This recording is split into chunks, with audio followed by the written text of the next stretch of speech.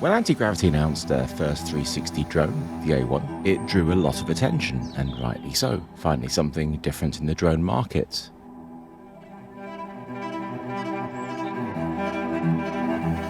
Now that DJI have released their own one, nearly 4 months after the A1 came out, has the novelty already worn off? Or is there a genuine real use for these types of drones?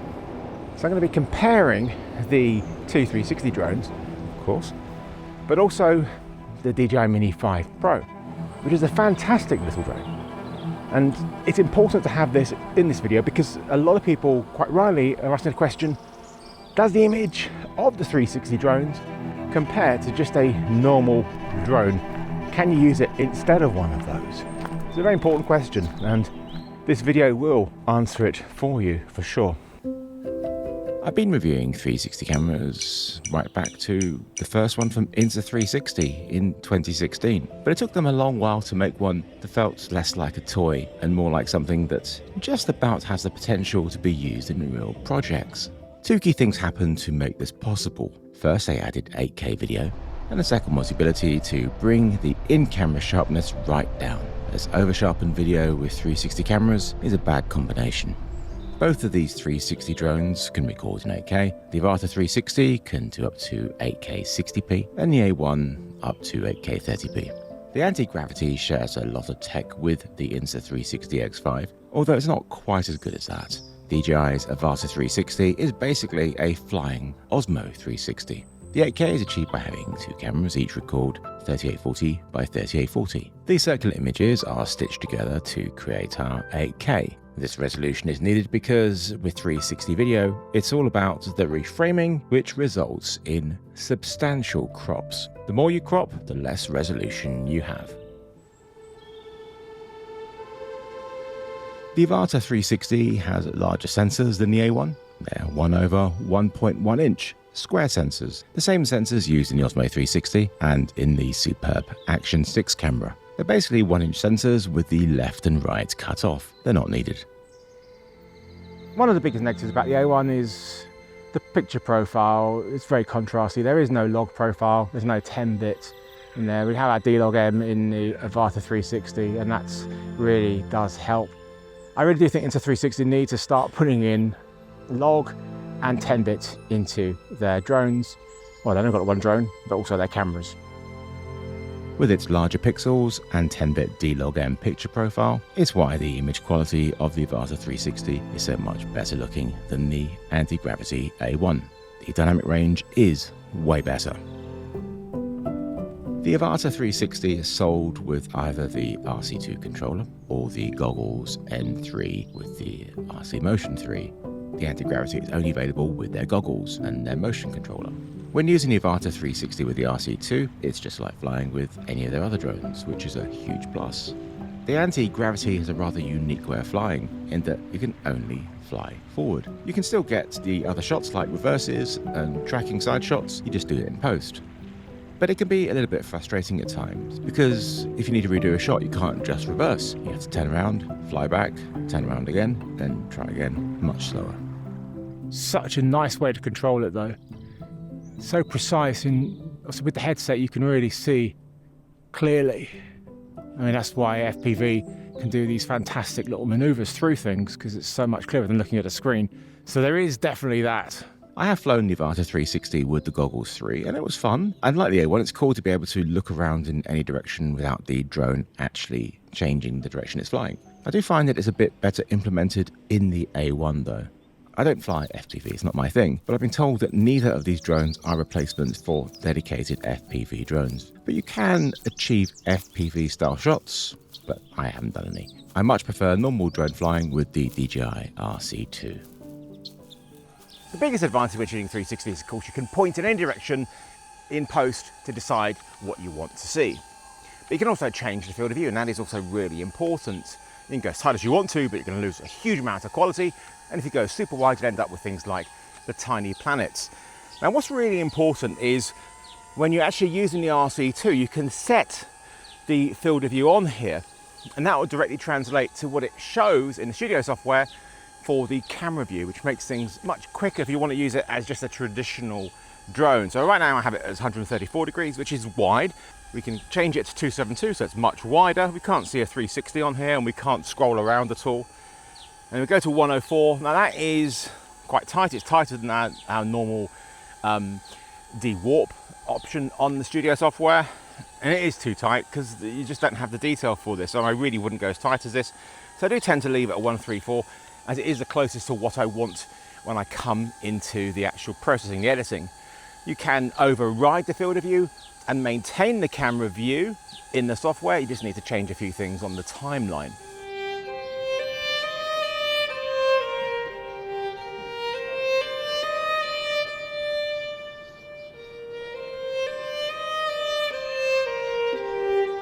So I'm going to state the obvious here. A 360 drone, image quality is not going to compare to a straight drone like this, especially this one, the Mini 5 Pro, which is a fantastic image, a 1-inch sensor. I mean, you've got a 4K resolution, which is focused on a specific area, a much smaller area than the entire 8K sphere, and it's 24 millimeters, and it's got better optics because it is again focused for a specific area. So there is no comparison for image quality. It just doesn't look as good on 360 cameras. But can you still use it for that sort of filming? Look, it's better to show than tell, so I'm going to film the same sequence with the two DJI drones so you can compare them.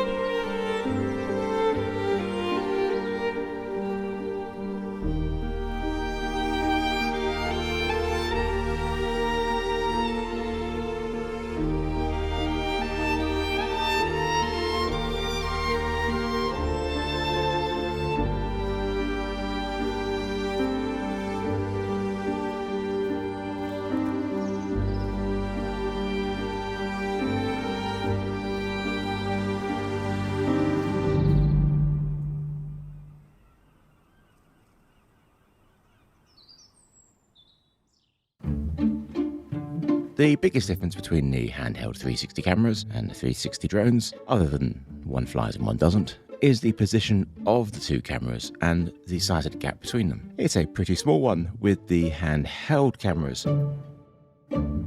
But with the drones, because of the distance between the two cameras, the gap is much larger. As you can see, the A1 has a bigger gap than the Avata 360, and the bigger the gap, the bigger the stitching dead zone. So to avoid any stitching issues, it's best to try and not have anything closer than 2 to 3 meters from the drone. Although you can often get away with having closer objects, depending on what they are, as they can sometimes mask the stitching. So many of my shots in this video have things really close. I think a piece of camera like this is clearly not going to work with the drone pointing straight at me. And from such a massive gap between the lenses, the stitch line is huge. I could just do this though. There we go. Because that's the thing, is the best part of the lenses on all 360 cameras is the middle of the lens on each side, not the far edges which are stitched together. Best quality is going to be on this center bit here. But the main part you're going to be filming with is going to be mostly the bits between the lenses. And this is what I think is the biggest issue with the 360 drones. You're almost always going to be using the forward direction, the weakest part of the image. So this is me stitched up, and the only way I can get it to point towards me is either in single lens mode or to go up and then do this. There we go. Could they put the cameras at the front and back? Well, not easily. First off, the props would get in the way, and the distance between the two cameras would be very big, creating an even bigger dead zone from the stitching. One of the biggest pluses of the A1 compared to the Avata is the noise. The Avata is so noisy, way noisier than the A1. It's a horrible screech. I do like my drones to be a lot quieter, so I don't draw so much attention to myself.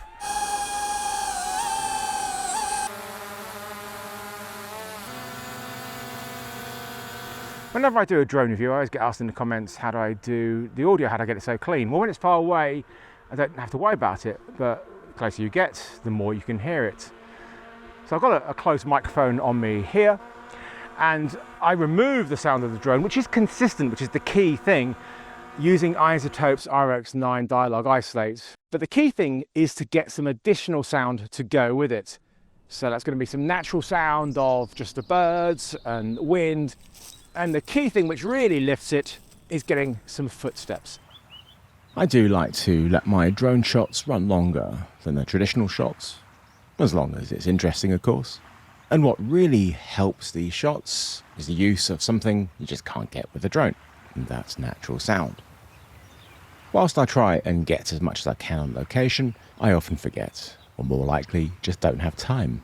So when I get to the edit, I see if I have anything appropriate in my own sound effects collection, and if I don't, I head to Storyblocks, the sponsor of this video, to scour their sound effects library.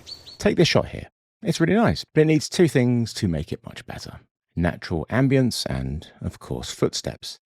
I can search on their website for what I need, but for me as a Premiere Pro user, it's more convenient to use their plugin. A few different things here, which aren't quite right, but this one, yeah, this will work. So I download it, go straight into the bin, and adjust the speed to match the footsteps.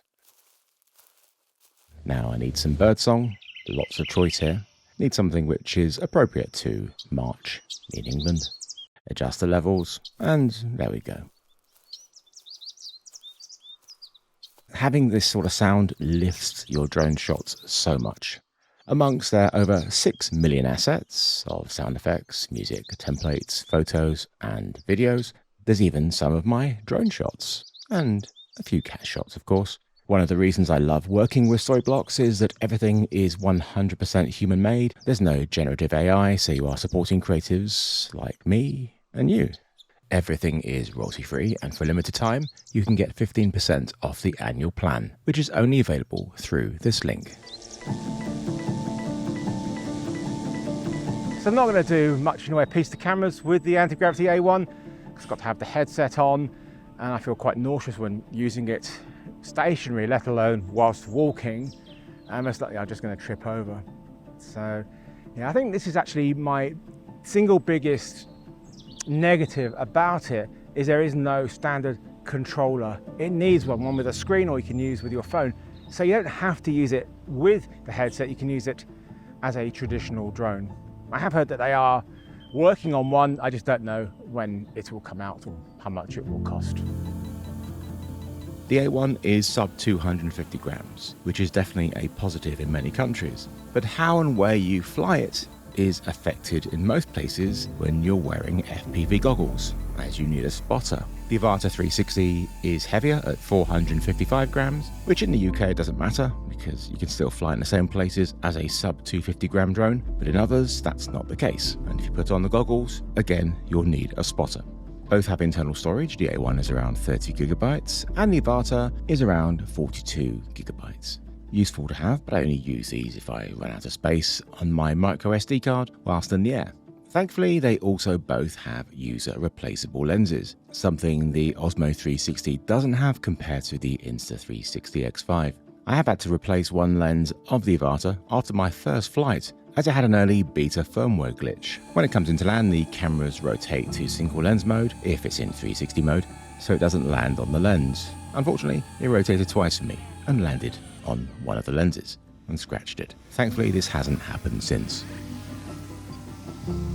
The DJI Avata 360 can be bought for as little as £639 with the RC2 controller. The two combos are £829. The Mini 5 Pro is more expensive, starting at £689 with the basic controller. And if you want the RC2, you have to buy that specific Fly More combo, which is £979. The anti-gravity A1's normal price for the cheapest bundle is £1,219, although there is a spring sale on currently, bringing it down to £1,035. But it's worth spending a bit more to get the Explorer bundle, as you get 3 additional batteries and a charging hub, as well as a bag and 8 spare propellers.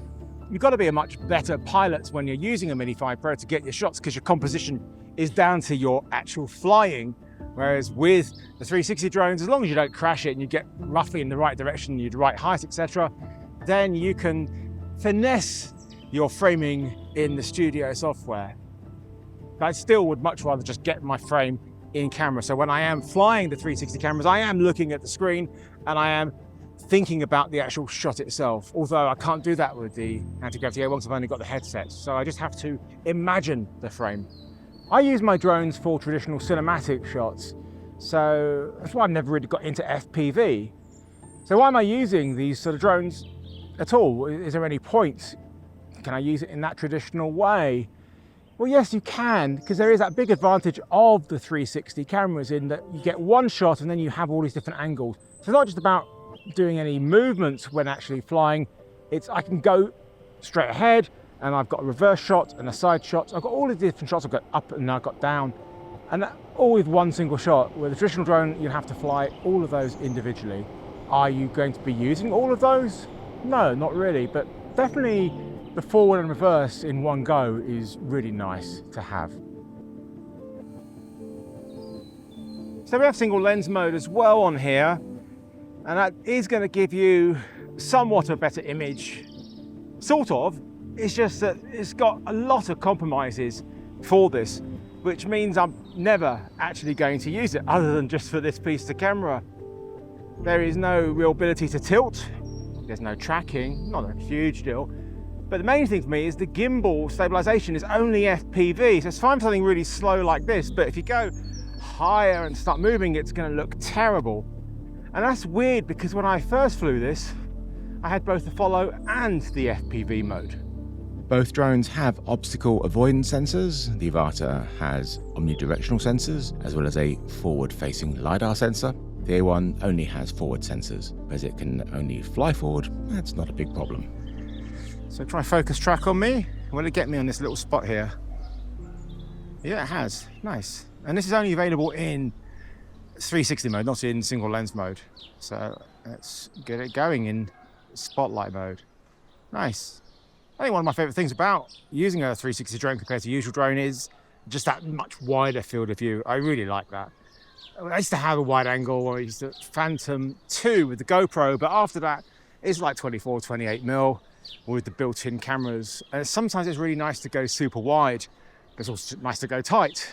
But we use the usual drones. If you put a wide angle adapter on, it never looks good. It's not rectilinear and you get loads of bowing and distortion. By the time you correct it in post, it looks not that far off what you originally had. So I just don't bother. But this is nice. And the tracking is working, really well. And in the shade as well, which is good. So what's going to happen when it loses me here? Oh, there we go. And as I come back, it's got me again. Nice.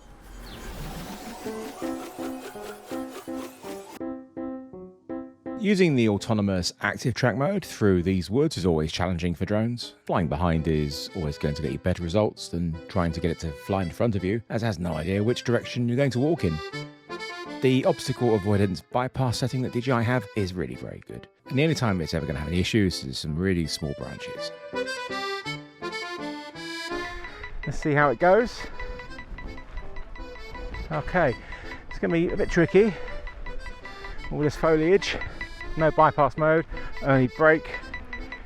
So it isn't going to be smooth, is it? Let's be honest, we know that.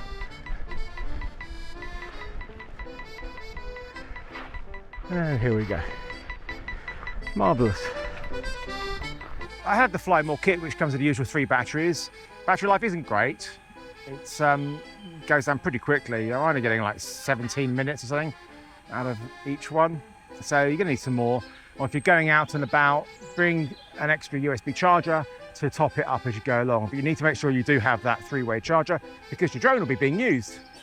The Avata 360 has built-in prop guards and much smaller propellers than both the anti-gravity and the Mini 5 Pro. This will be a major reason why the battery life is so poor. But having those prop guards is a big plus for certain types of flying, making it quite hard to crash, unlike the A1. The A1 has no in-camera noise reduction setting, but you can set the sharpness to low, which is what I recommend doing. The Avata 360 lets you adjust noise reduction and sharpness in camera, and I have these set to -2 and -2. because it's always best to do these things in post, as you'll get far superior results. If you bring your Avata footage into the DJI Mimo phone app, it will add noise reduction automatically. You have no choice. But in the computer studio app, it's an option when you export. Anti-gravity studio software has the same huge problem that the Insta360 studio software has. It applies very heavy noise reduction whether you want it or not. The only way to avoid this is to use a Premiere Pro plugin, which is clunky and doesn't work with the latest version of Premiere. But it's worth doing if you have noisy footage, as Neat Video 6 noise reduction is night and day better, as you can see. I've asked them to please fix this for at least 18 months with no joy, because prior to the X4, it never used to be like this. Am I the only one who has a problem with it? Surely not. There's always time for one more comparison, so here it is. Similar shots, 3 different drones. No crazy maneuvers to make you sick, just simple, straight cinematic shots. Which one do you prefer?